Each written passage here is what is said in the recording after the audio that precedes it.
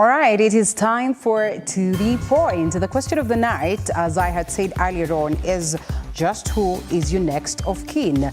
Why did we decide to have this conversation? We'll be telling you in a bit. We have the gentleman already on standby for that very conversation, and the lines are open for you to as well speak to us. The numbers will be rolling down on your screen. The hashtag, as always, is To The Point. I'll be looking at some of your comments as we continue with the broadcast. Interestingly, I've already gotten a couple of comments here, and I mean, I don't know whether this business of next of kin is about men only, because the majority of them are the ones who are actually, responding to the matter. One of them tells me, "Hata sina pesa, hata sina anything. So why are we even talking about next of kin?" And I am 50 years old. Interesting. This is one of them who says so. Another one tells me, my mother is dead, unfortunately. I would have put her there. But all the same, I would still put the mother of my kids as my next of kin, despite the fact that we are separated. Interesting, yeah? And then, of course, there's another one who says, well, not my brother, not my sister, maybe my younger brother, who appears to be a little bit responsible. Unfortunately, my mom is not here, so I would have put her there. Another one says, well, mom is dead. I would have put her there. Another person says that, well, definitely my spouse. Just who is what we'll be getting to in a bit. And like I said, we'll also be looking at the legal perspective to this. But before then, let's just look at some of the facts that are there in relation to what a next of kin is. If we could have that, Mr. Director. All right, in a bit, we look at the constitutional pronouncement as to the same and a couple of things. Just who is your next of kin? Perhaps you could be asking this. Next of kin is a legal term that's usually only used in estate, well, not estate, maybe Wakili will tell us here. Planning, if you pass away without a will, it refers to your closest living relative by blood or by law, like your spouse, children, or parents. What next? And of course, next of kin refers to the closest living relative. The order of closest relative generally goes spouse, adopted and biological children, parents, siblings, and other blood relations. Most of the times we will not start with a spouse, who knows. A person next of kin often takes precedence over others in inheritance cases, especially when a will isn't established. Your next of kin may extend further down your bloodline if you have no surviving spouse or children. State law varies, but this next of kin generally include grandchildren, grandparents, aunts and uncles, nieces and nephews, cousins, if there are no other surviving heirs. And of course, the great generations may also inherit under some state instances. So you will tell us what pronunciation that is, laws. And of course, great grandchildren, great grandparents, great aunts, and great uncles. Take note of that. Keep. Yes?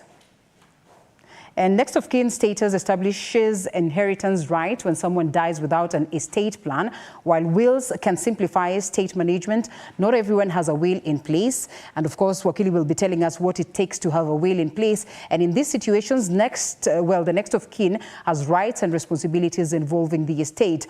Most people disregard the necessity of providing next of kin information, and this often results in a huge number of unclaimed property in Kenya, which are here up until now. And a number of these are mostly due to the unfortunate demise of the buyer without disclosing ownership of their properties to family members or spouse. We'll also be looking at just how important it is to make known some of these that you have, or some of these properties that you have out there. Peana hata pin ya M-Pesa, vitu kama hizo. Let's have this up. It ends there, Mr. Director. Right. What is the difference between next of kin versus beneficiaries? Your next of kin are your closest surviving relatives, but a beneficiary is anyone named to receive something in estate planning documents. When writing a will, you can name beneficiaries at your discretion. And conversely, you don't have to say, or you don't have a say over your next of kin. And let it be known that this is basically across all the property that you could be owning as an individual. Next. Can a friend or unmarried partner be your next of kin? Unmarried partners and friends aren't considered next of kin. If you want them to receive your assets after death, name them as a beneficiary in your will or estate plan. What happens if your next of kin is a minor? Well, if your next of kin is a minor, a probate court will appoint a conservator to oversee the management of assets. And once the child reaches the age of majority, your assets will then pass down to them. And jurisdiction over next of kin, the legislature of a state has plenary power or complete authority over the distribution of property within the state borders. The deceased estate becomes then a state property if no legal heir is identified according to the Law of Succession Act of the 2010 Constitution of Kenya. We'll be looking at some of them as we continue, of course, or they will be running down your screen as we continue with this conversation. But then again, we go straight to the gentleman. I hope we could get the lady on Skype because, well, it has rained and, you know, most of the times ladies would fear the night and especially when it's raining. Once again, I get to introduce S. Kiprop, who's an advocate of the High Court and, of course, the legal mind that we have this evening that will be walking us through this. So thank you so much for creating time to be with us, Kip, as well as Seria Stephen, who's the founder of Space Africa Group. What about ObSpace? It is a real estate and estate management company. Right. Yes. Okay. I am tempted to ask you how old you are, but I won't. Okay. And then lastly, we have Peter Mugi, who's the life coach of the night or the day. Thank you so much, Peter, as well, for creating time to be with us. So far, you have established who is going to be your next of kin. Would you care to share? I have not specifically named one. All right. But by legal right, because I'm married, my spouse automatically becomes my next of kin. Does that make you happy in any way? Are you comfortable with that? Yeah, I'm comfortable with it for now. Wakili, is it so automatic? For now, yes, and I like that. Is it so automatic that even if you have not highlighted that, then automatically your spouse would get that in the event that, well, maybe you're not around anymore? First, Linda, before I respond to your question, I think the topic should be who is the next of kin and not who is your next of kin. You know, my business is to get people having, you know, triggering this conversation and there. Yes. So the topic should be who is the next of kin? Who is the next of kin? And not who is your next of kin. But who is your next of kin? Yeah, because essentially, when you're asking the question, who is your next of kin, then you're asking me to disclose who that person is, who my nominee is. And it's not supposed to? For privacy and security reasons, okay. You're not supposed to disclose it. All right. I know in this media space you've heard of instances where somebody has disclosed that so-and-so is my beneficiary, and then the next thing that we hear is so-and-so has passed away. It's normally for private reasons. That is why, even in the practice of law, once you have done your will, then it's you and your attorney and perhaps the witnesses who knows your contents of the will. Right. You must have heard of instances where the will is being opened now to disclose who are the beneficiaries in the will. Okay. It's purely for privacy and security for safety, reasons. Yeah, security, yes. Yes. Hence, the question should be who is a next of kin, okay. and not your next of kin. All right, interesting. So anyway, is it so automatic that in the event that someone has probably, they do not have a will, maybe they have not automatically named a specific person and they have a spouse that they have been staying with, maybe legally or not legally, then automatically they become their next of kin? Yes, perhaps if you allow me to define who a next of kin is. Please. It's expressly where you have appointed.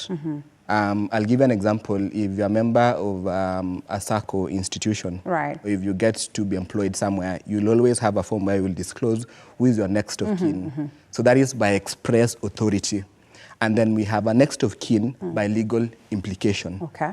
By legal implication, we mean by what the law provides for. There's a concept that you mentioned, and it was ran through the screen, intestacy. This is where somebody has died and there's no will. Okay. Now, if there's no will, then we look at it in terms of the hierarchy of the family. Right. Are you married, for instance? So if you're married, then your spouse becomes the automatic next of kin. If you're not married and you have kids, then you have your kids. Right. If you're not married, consequently, perhaps you do not have kids, then your parents, and then it trickles down to the 6th degree of familial relationships. So by legal implication, by what the law says, and by express authority, where I could appoint somebody as a next of kin where we do not have a blood relationship. right? All right. I could appoint my partner in the firm, for instance. Okay. Because the concept of who a next of kin is, it's a trust relationship. All right. I must be able to trust you that, look, after my demise, you can manage my affairs. It's called estate. It's basically accumulation of what I own after my demise is what is referred to an estate. That is why you have the concept of estate planning. All right. Okay. Interesting. I thought, well, estate, now I'm thinking, does it have to narrow down to the estate alone? But here we are. It looks like Wakili has killed this conversation even before it started. I'm about to ask you randomly, and you perhaps are seated with your friends and chit-chatting here and there, and of course your workspace is pretty much catching up so well. Who's the first person you would think of, having as your next of kin? Because most of the places you go to, they will ask for this. Yes. I wanted to remind Wakili, as much as you may say that it takes hierarchy, which is the law. Right. Consider that sometimes maybe your parents are gone. Right. Or maybe they are incapacitated mentally. So most of the time, your next of kin will be somebody that is able to act on your behalf. Right. So, and there are people out there that have mentors that can be their next of kin. Yeah. I would also like to point out that there are people that actually, even they're underage right now, who do TikToks and social media and get a lot of money, and they say that they don't know how to manage. So in such kind of scenario, they need somebody who has a better management acumen, probability to manage it. Because if you look at it, some of these things, especially in the workspace, they're a bit complicated just to assign a parent as a next of kin. And Wakili, and what I know is currently in the generation Gen Z and the generation Alpha, we have a probability of most young people making money than they know how to handle with it. That's true. So probably I could have asked him a question like, does next of kin have to rely on matters of death alone, or will it rely on a person that is able to make a decision to you when you are not in the capacity to do so? Beautiful question. Yes. And I want him to perhaps, answer it under this umbrella. Wakili, do we even understand the concept of next of kin as a people? Before you get to respond to him and to me, let's first of all loop in Peter. Do we really understand the concept of a next of kin right from that time, generations, the different generations up to this very point? What would you tell your child, for instance, is a next of kin? They're telling you that now, Daddy, officially I've gotten this job, and these are the documentations, and they're asking me to write the next of kin. Like he suggested, the idea of next of kin may be a little bit hazy and wide. And also, I think we could be sometimes not necessarily be talking of next of kin. Yeah. In particular case when he's talked about a young person who has suddenly got into money and doesn't know how to manage it, I don't think that it has to be managed by a next of kin. He can appoint a manager. Right. Because next of kin, from the way you are giving somebody a right to manage, like particularly on your behalf. To act on your behalf. To act on your in this particular case, what I'm asking is management of just business. I don't think necessarily you might appoint a next of kin to manage your business. Because you can appoint a manager. Right. Next of kin, necessarily, the way I understand it, it involves a lot of trust. It is somebody who, I think, it is somebody who you think in your own capacity, before you like somebody you can entrust. Somebody, next of kin, you can actually appoint, somebody, not necessarily your spouse, not necessarily, because you can entrust them to manage your properties or other matters in your absence. This is interesting. Jared is watching here and he is saying, my mother is my next of kin. Makiu, I am married. And he goes ahead to say, I was surprised to learn that my last born brother considered me as his next of kin. Ha ha ha ha. He laughs about it. Do we really understand the concept of what a next of kin is? Are we confusing this with inheritance? Are we confusing this with just what exactly is this? Thanks, Linda. The concept of the next of kin, two things legally speaking. Yeah. One, there is the inheritance front. We are talking about what happens to my belongings, to my properties after my demise. Then, for medical reasons, perhaps you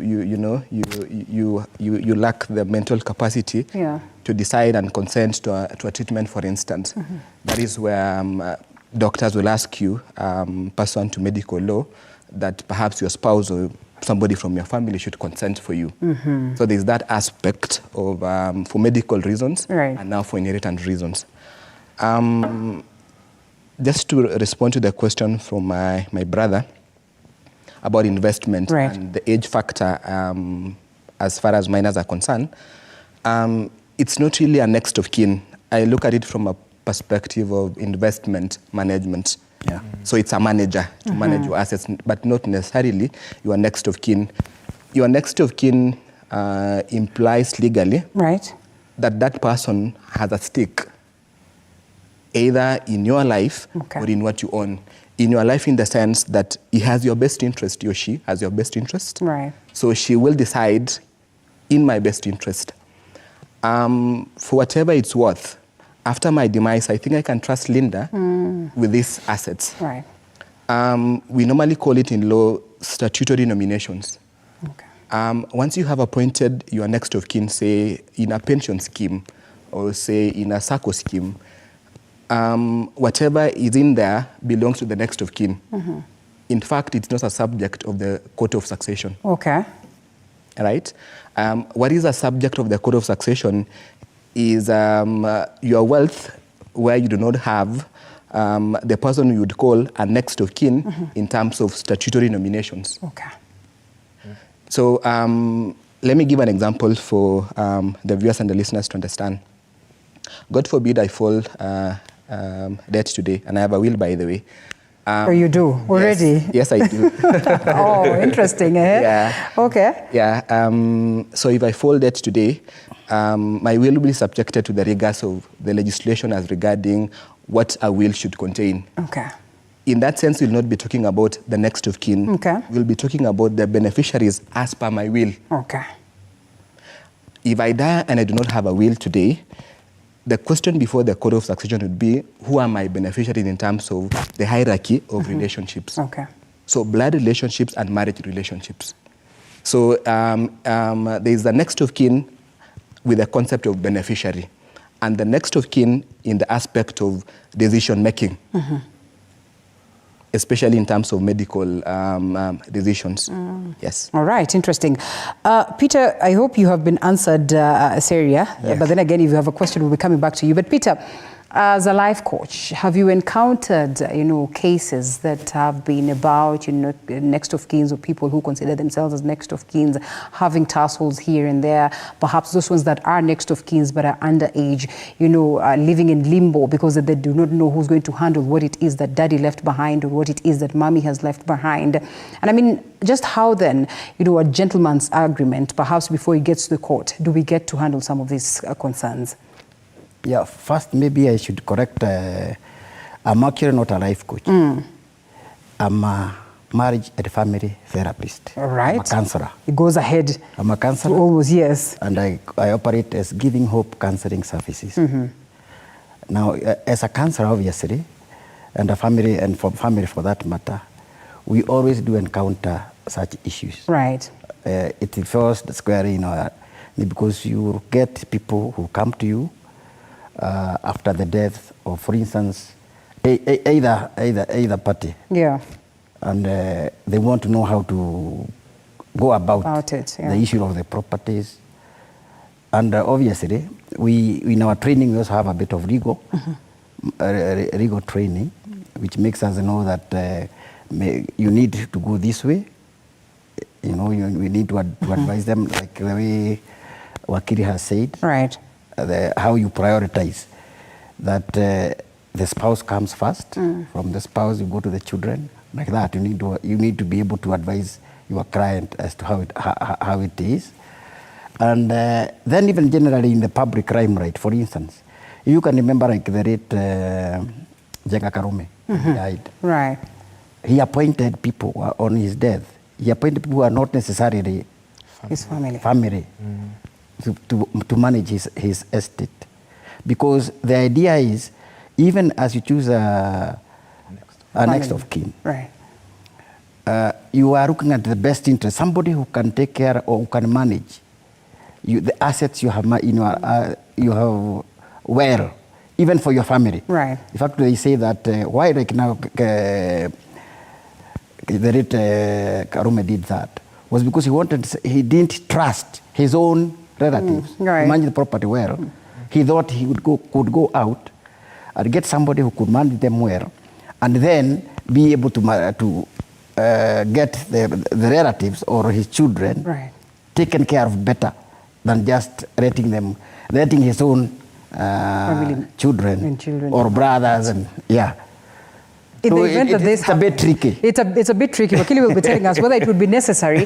Then in the event that you choose somebody else, then to inform your family members as to this. Before we take a quick short break, and we have Joan who's watching, says, well, in my understanding, next of kin is someone you can trust with your life. You appoint them to make decisions on your behalf when you are not in a position to. Otherwise, that's a nice conversation. Let's take a short break and then we come back on this very note as we also get to hear what the view of Wakili then would be, because like I said, most of these cases then would land in court after this break.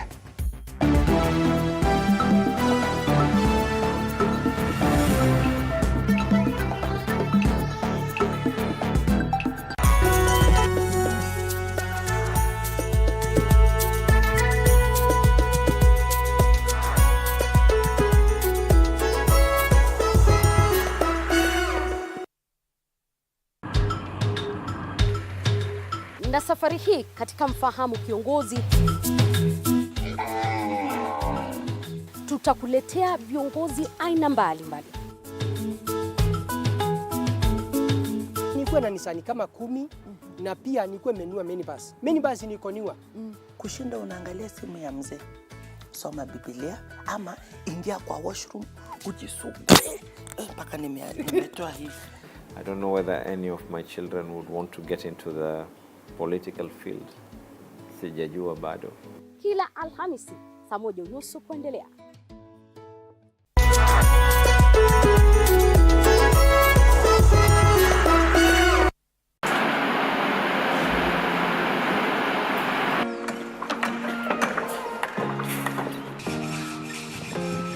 Join us on a journey through the concrete jungles and rising skylines, where every beam, every nail tells a story of progress and vision. In every aspect of life, you have to look at several dynamics. From groundbreaking. Nowadays with the tech, you can check on different websites or you check online and you can see some inspiration. So at least that one would be a direction already. I'll know like what kind of style you're going for. To finishing touches, witness the dedication of the hard-working teams who bring these ambitious dreams to reality. The Realtor, Tuesdays at 6:30 p.m.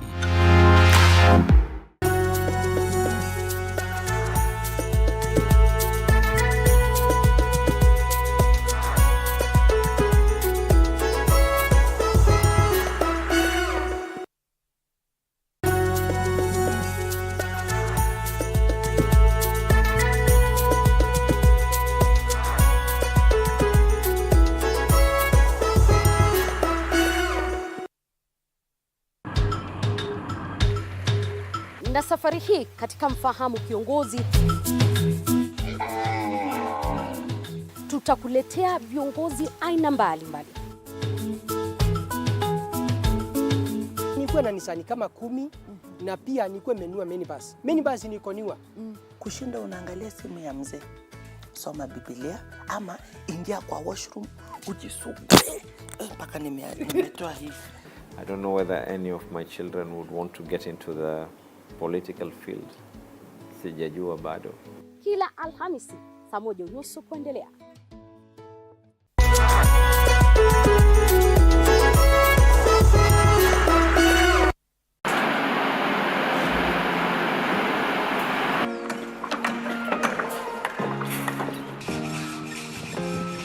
Join us on a journey through the concrete jungles and rising skylines, where every beam, every nail tells a story of progress and vision. In every aspect of life, you have to look at several dynamics. From groundbreaking, nowadays with the tech, you can check on different websites or you check online and you can see some inspiration. So at least that one would be a direction already.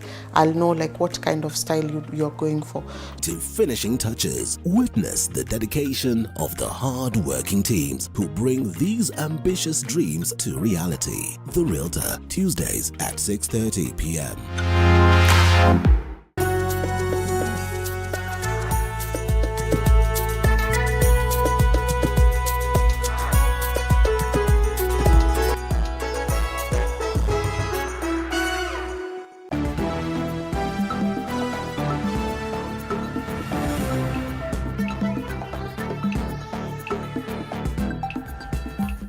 See, the conversation before we started, and as of yesterday and during the times of planning, was who is your next of kin? That was the question. But Wakili here says that we should change this to what is the next of kin? Who is the next? Who is the next of kin? Who is the next of kin? And I think to this point, we all agree that there needs to be some level of understanding in relation to that. So here we are.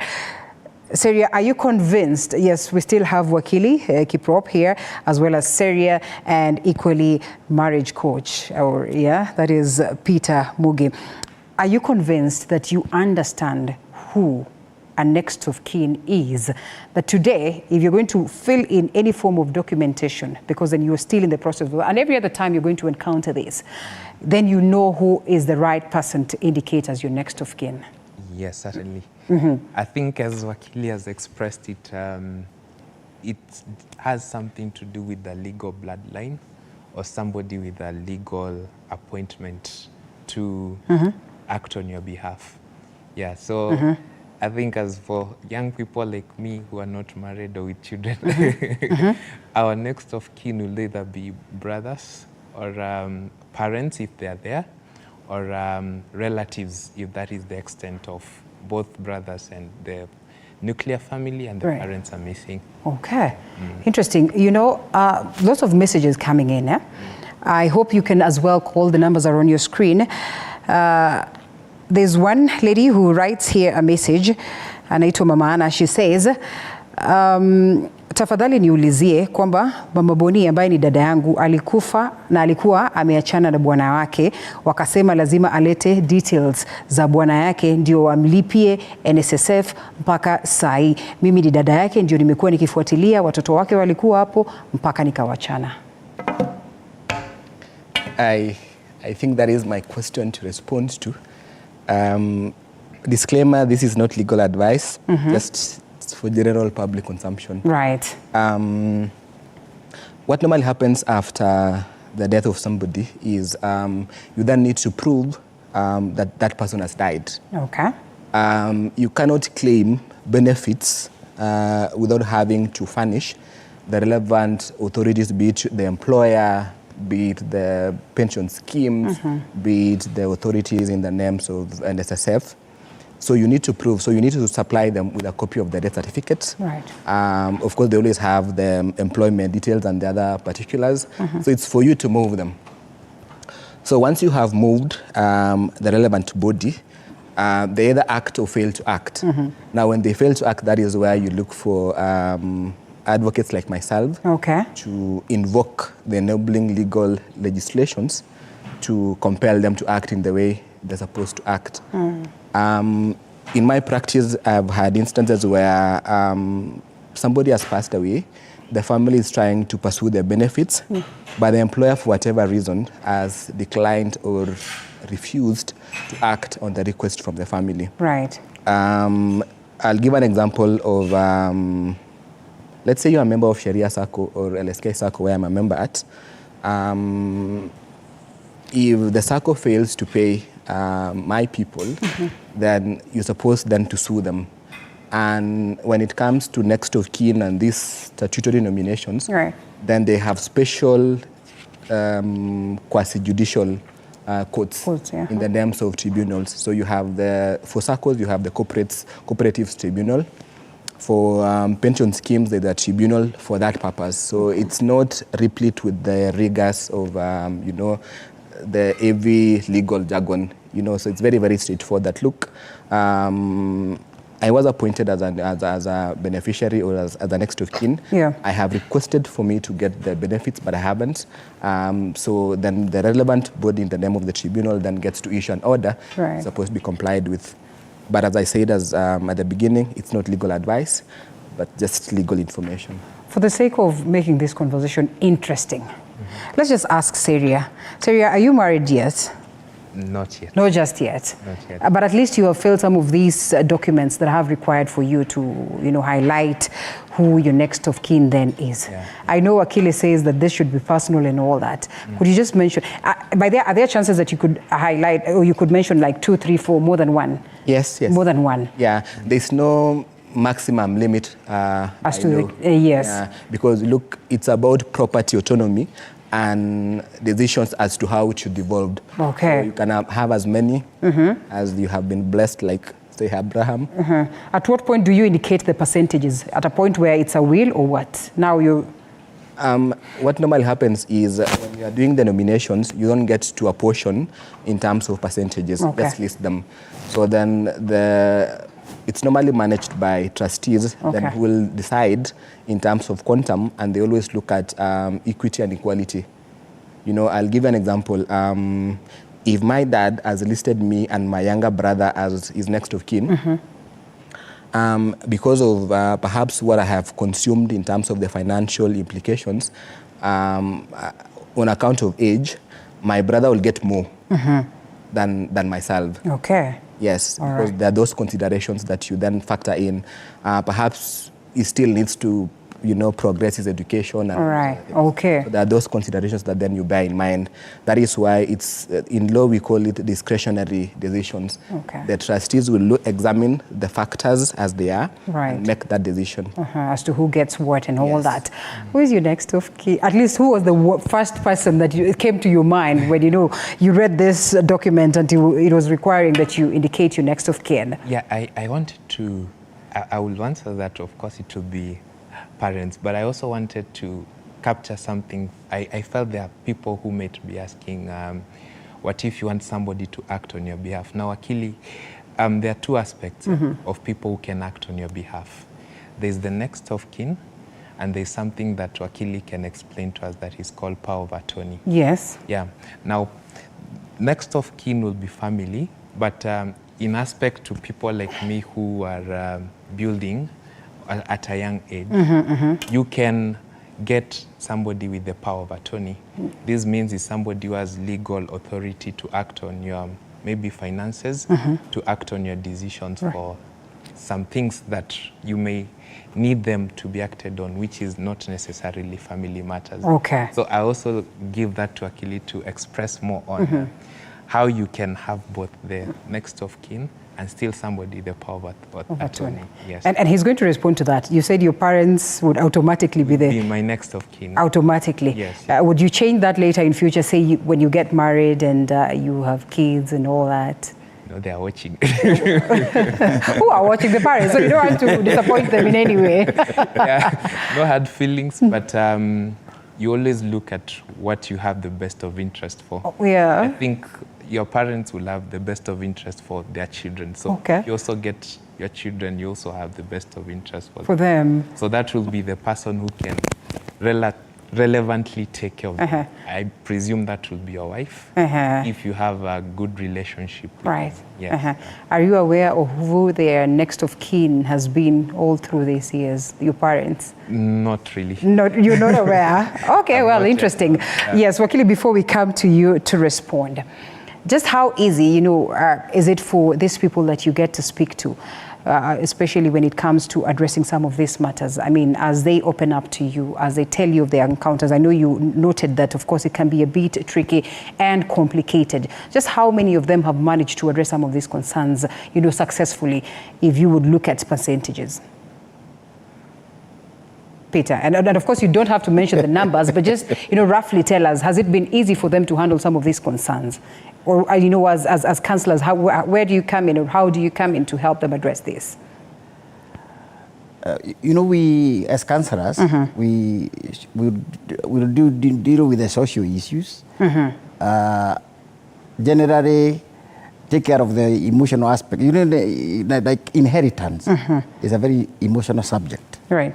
So when they come to us, that's why I said even in our training we have a bit of rigor training, because when they come in with their different notions as to who is their next of kin. Right. Then you need to sit down with them and to understand from where they are coming from, and to direct them in the right way, because like we already said, it's a bit complicated. But now properties and inheritance is a legal issue, and therefore as councillors, ours would be to direct them properly, the way things should be done. Okay. Who to see, who are the legal experts who can go that. After we have dealt with just the emotional aspect of it, so that by the time we refer them, they at least have an idea. Right. Although this is what I intended to do, I've been advised that no, this may not necessarily work, and this is the way to go, and this is the right aspects, because inheritance is very, very legal. Right. It's a very, very legal, and it has that characteristic. Right. Are you a spouse? Are you a child? Are you a parent? Are you what? So you sit down with them so that you tell them the priorities. That right. Well, as you go out to seek to subdivide this property, remember there is legal implications, and this is the way they will be prioritized in court, so that they, at least they are, so that it's not, so they don't feel that like they are being. You see, when they just go to a lawyer, right, and you're just told the first one is a spouse, without that education or just sitting down with them and explaining that the implications and what is intended. Right. That is what is important. This is something like, for instance, I myself, in my own family, our father is late, and we have had to go through that. But essentially, eventually, what you did is that we had to go to court because it is determined that you must have the inheritor of the estate, I am forgetting the actual name, must go to court, and the court determines who inherits those properties. Wow. Yes, the court determines, and they are listed down. Okay. Yes. All right. And like in our case, for instance, we all agreed, because our mother is arrived, that she becomes, for now, let her handle it. Yeah, let her be the one in it. So for the next move will now from her to us, the children. Okay. Yes. All right. Just how important is it for one to plan some of these things early enough? Jen Derito is watching and says, well, who could not watch Notebooks Buana, such an insightful show. So then, of course, people are watching and taking notes, because, I mean, most of us perhaps have never known the importance and the aspect in relation to, this words, next of kin. I know you want to respond to Seria, but briefly allow us to look at some of, of the graphics that we had left behind, so that then we come back to you to respond to the same, and perhaps share an experience of a case that you have handled before. Now, the legislature and I know it's supposed to be a secret, but randomly, a legislature that is in relation to the jurisdiction of a next of kin, that legislature of a state has plenary power or complete authority over the distribution of property within the state borders. The deceased estate becomes a state property if no legal heir is identified according to the Law of Succession Act of the 2010 Constitution of Kenya. Wakili is looking at that, in a manner likely to suggest, but anyway, he'll tell us whether he agrees to that. Circumstances to be taken taken into account by courts in making order of succession, Act number 8 of 1976, in considering whether any order should be made under this part, and if so, what order the court shall have regard to the nature and amount of the deceased property, any past, present, or future capital or income from any source of the defendant, and the existing and future means and needs of the dependent. And of course, we also look at this is a bit different. Yes, we look at the general circumstances of the case, including so far as can be ascertained the testator's reasons for not making provision of the dependent, as well as the conduct of the dependent in relation to the deceased. Is that okay? We can proceed. Okay. Yes, Wakili, we come back to you in relation to this and what it is that, of course, Seria had asked there. If you can remember his question. The power of attorney. The power of attorney, yes. And next of kin again, yeah. Yeah, just for clarity's sake, legally, when you talk about the concept of next of kin, it's a term that gets to operate posthumously after your death. Or either you are incapacitated, that you cannot decide, and this is purely limited to medical practice. And in some way also to instances where if you work, for instance, with an arm of government and you have passed away, and then you're having issues as to who the body should be released to. Yeah. We've had a case in the past where the person who was appointed as the next of kin was not a family member. And then that person wanted to have the body released from the morgue to him.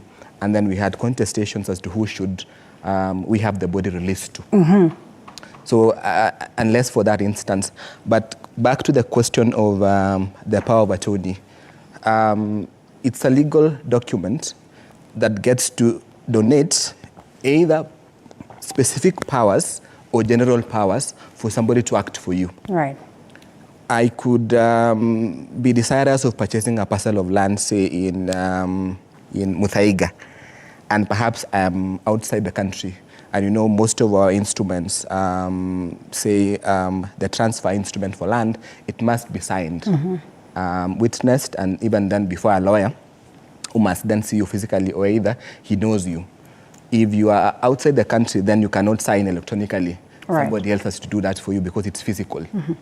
Then on account of territorial variance, then you do a special power of attorney saying, for this very special transaction, I am appointing person X as the person who is going to act for me.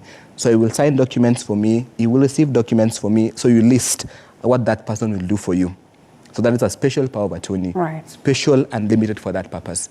Then you have a general power of attorney where he does anything and everything that you would have done, and then of course there are, legal prescriptions as to how that power can then be revoked. Okay. Now, for a power of attorney to have legal effect or to have legal security, it must be registered. All right. So you do the instrument saying I'm appointing person X and Y, have it executed and witnessed properly as required by law, and then register it. It's called, there's an act, a very old act, it's called the Registration of Documents Act. Okay. So unless it's registered, it doesn't have the legal power or the force of law. Okay. So you must have it registered. All right. Yes. Beautiful. Allow us to just ask a lot of questions here because time is moving very fast and very many people are asking questions.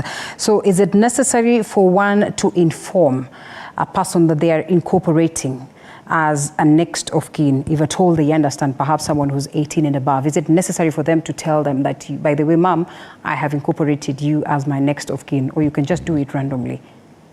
It might be, it might not be. Okay.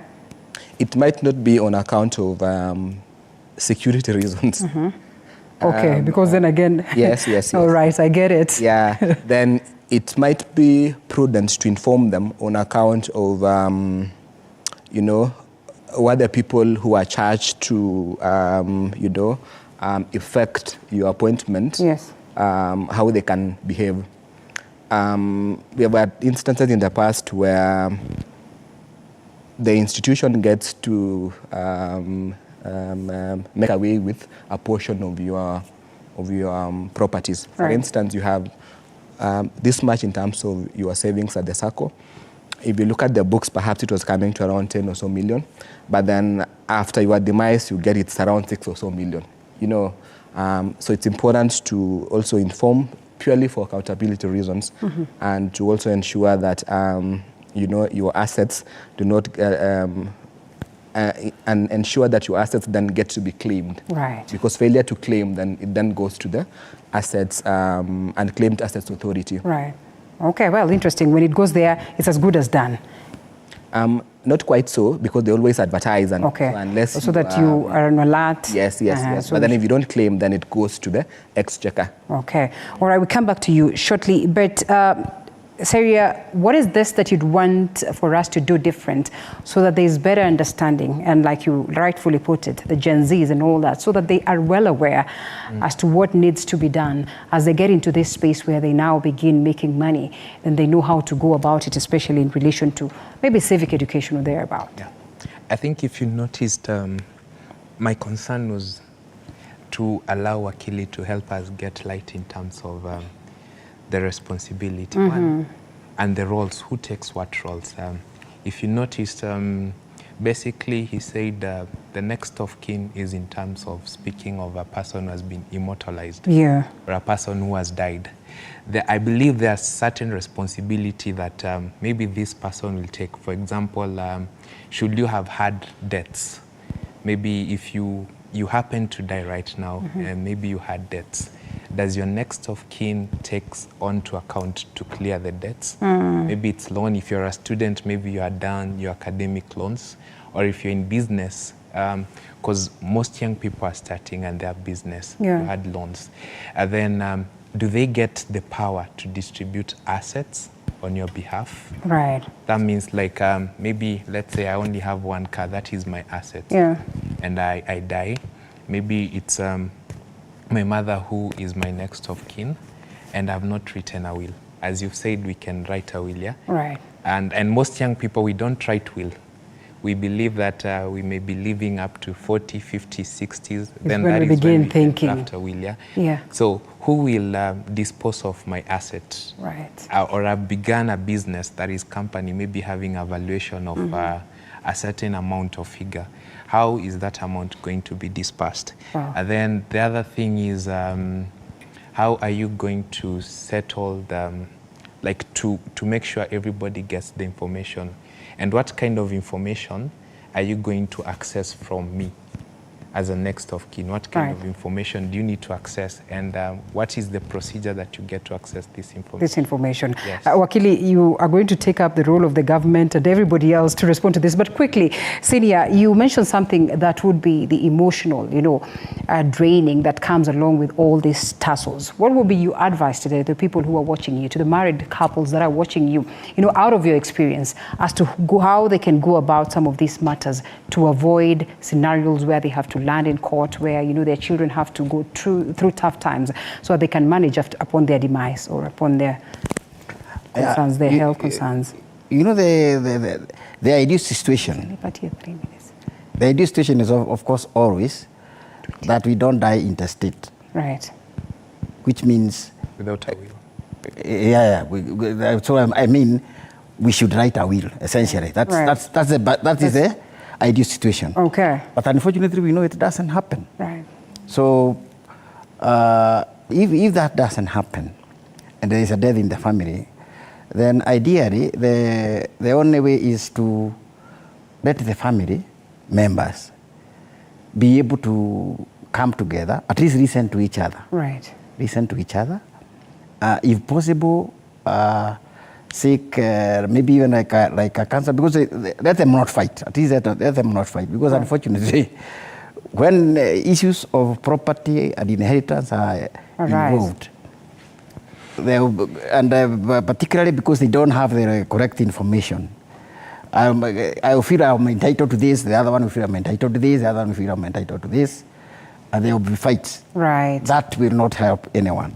Beautiful. So the best thing is at least let them, if in the first instance, if they seek a counselor who is professional, because there are people who call themselves counselors when here they are not. A professional counselor will have the basics of the law, and in addition to dealing with them, to take care of their capacity, their emotional aspect, the exchange between the families. You cool them down so that they can now start to reason together. Right. As you are now advise them the way to go. Interesting. So they should at least get to that situation. Okay. So they don't fight. They don't fight. Because like I said, the ideal situation is there is a will. Wow. In case there isn't, then most of us, at least when you start getting properties, let's at least indicate our next of kin too. All right, Wakili, we are extremely out of time, and I'm told that, well, maybe out of public demand, we might need to expound this conversation further some other time. But then again, as you respond to him pretty much quick, and also someone here tells me, these stories of getting a will are very expensive. Where do we begin? Do we even have an idea? What are the literacy levels for, people to actually even begin having these conversations of inheritance and wills, and how soon should they start? As soon as today, I would say. First, the ideal situation, as my friend is positing, is really to do estate planning. Yes. Estate planning in the sense of if the people who you have identified as your beneficiaries have the capacity to manage whatever you would want to, divulge to, then you transfer. Yeah. We are dealing with clients nowadays who do not want us to write wills, but to transfer to the actual beneficiaries. Yeah. And this is for two reasons. One, it's not enough to do a will. Even properly written wills still end up in courts on account of very flimsy reasons. You'll spend time in our judiciary just trying to argue who gets what and whether the will meets the legal threshold. Okay. So on account of conflicts within the family and on account of financial resources, we have clients who are now telling us, we do not want to do a will. We want to do estate planning by way of transferring our properties to whoever we think should be transferred to. All right. Some clients go an extra mile of asking us to create a trust. So when you do that, you take away the conflicts that you'd have in the succession courts. Yeah. You eliminate them all together. Okay. There's a question. As you cut to chase, so we're not locked out of this space. Mr. Director, 1 minute. All right. The question of a next of kin and a beneficiary is where we seem to be saying that the same means, they mean the same thing. A next of kin does not necessarily mean a beneficiary. In the sense of, I'm trying to link this to the debt question. When you have a next of kin and you have said that person next is going to be my next of kin, whatever that person gets from your scheme goes to that person without having to settle your debts. Okay. But a beneficiary in a succession court would have to settle the debts first, then whatever is divided is what we call net estate. Okay. So you do away with liabilities, taxes and all the other things, then you share the nets. All right. Yes. Okay.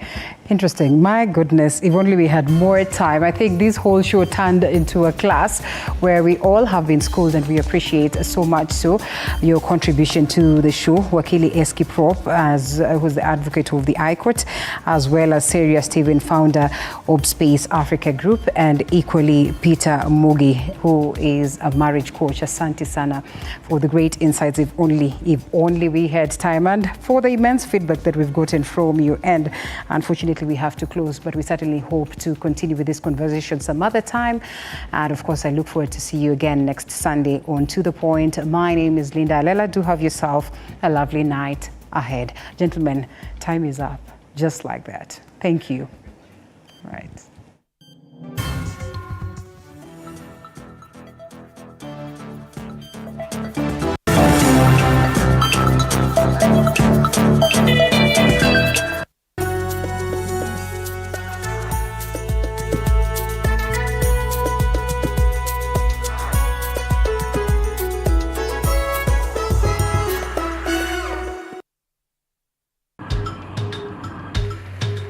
Na safari hii katika Mfahamu Kiongozi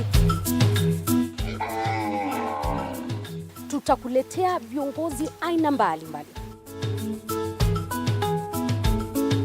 Nikuwe na Nissan kama 10 na pia nikuwe menua minibus. Minibus nikoniwa.